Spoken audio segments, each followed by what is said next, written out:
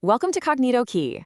Today, we're bringing you a fascinating explainer on a system that is just full of high-stakes energy, and that is the hidden mechanics of auction sales.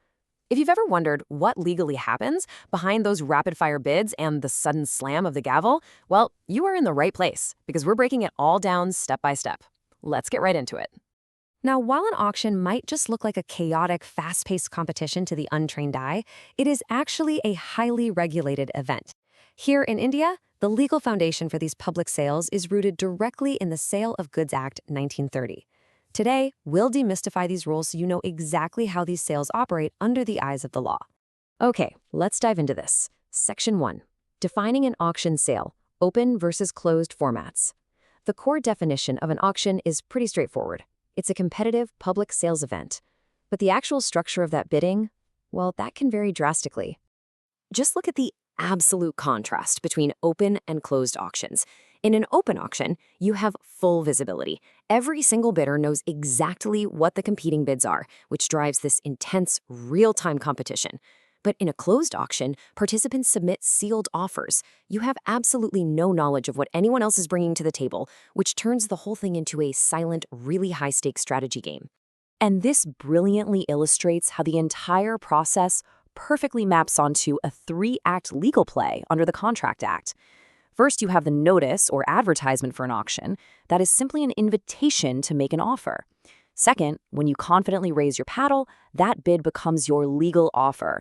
And third, that dramatic fall of the hammer, that is the formal legal acceptance. It is literally contract law playing out in real time.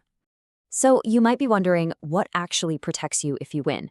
Well, every auction sale comes with an invisible safety net built right in, and legally, this is known as the implied warranty. This is an inherent guarantee that the auctioneer actually has the legal right to sell the item, and it ensures that you, the buyer, will get quiet, undisturbed possession of your new property. It protects your right to undisputed ownership so you can go ahead and bid with total confidence. Moving right along to Section 2, the step-by-step process, how an auction is executed. We've established the legal theory, so now let's mentally step into the auction room and look at how this is executed from start to finish. Let's walk through the 5 essential milestones. First, the invitation goes out. Ads and catalogs are circulated to the public. Second, the opening price, which is usually set quite low to bait attention.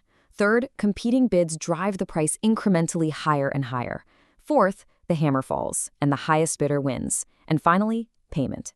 But here's the catch. You usually have to pay in cash. Legally, you simply cannot force an auctioneer to accept a check or a bill of exchange. They have the right to demand cash. Let's move to Section 3 and see how this builds. Essential rules and laws, the boundaries of bidding. Now we really need to look at the strict legal guardrails that keep these events completely fair, structured, and binding. Let's start with a really crucial safeguard, and that's the reserve price. Think of this as a preset minimum price below which the auctioneer absolutely will not sell the goods. If an auctioneer makes a mistake and accidentally drops the hammer for a bid lower than this reserve price, the sale is completely invalid. No legal contract comes into force whatsoever. What's really interesting here is the strict legal boundary regarding a seller participating in their own auction. A seller can bid, but only if they explicitly reserve the right to do so and they have to notify everyone beforehand. If a seller secretly places bids just to artificially drive up the price, that is strictly illegal and it's immediately treated as fraudulent. Now, let's look at the intense, rapid timeline of completing a sale. Say you place a bid at second 0. During the going phase, you can actually still get cold feet. You are legally allowed to revoke or withdraw your offer right up until the very last moment. But at second 6, the exact moment that hammer strikes, the sale is legally complete and binding. There is absolutely no going back after the hammer falls. Now, here is a fascinating twist that surprises a lot of people. Have you ever heard of a knockout agreement?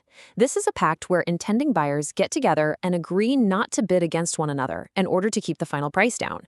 You might think this sounds completely illegal, right? But surprisingly, under the rules, knockout agreements between buyers are actually not considered illegal.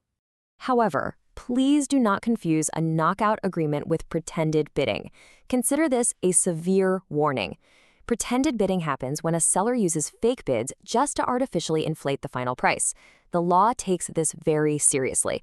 It is entirely fraudulent, and if it happens, it gives you, the actual buyer, the explicit right to completely void the contract. So we've seen the rules, the implied warranties, and the step-by-step execution. I want to leave you with a final provocative thought. In the fast-paced world of auctions, are you going to be the highest bidder or the smartest bidder? Thank you so much for joining me on this explainer. If you found this breakdown valuable, please hit that like button, share this explainer with your network, and make sure to subscribe to Kognito Key for more structured insights. Until next time, keep learning.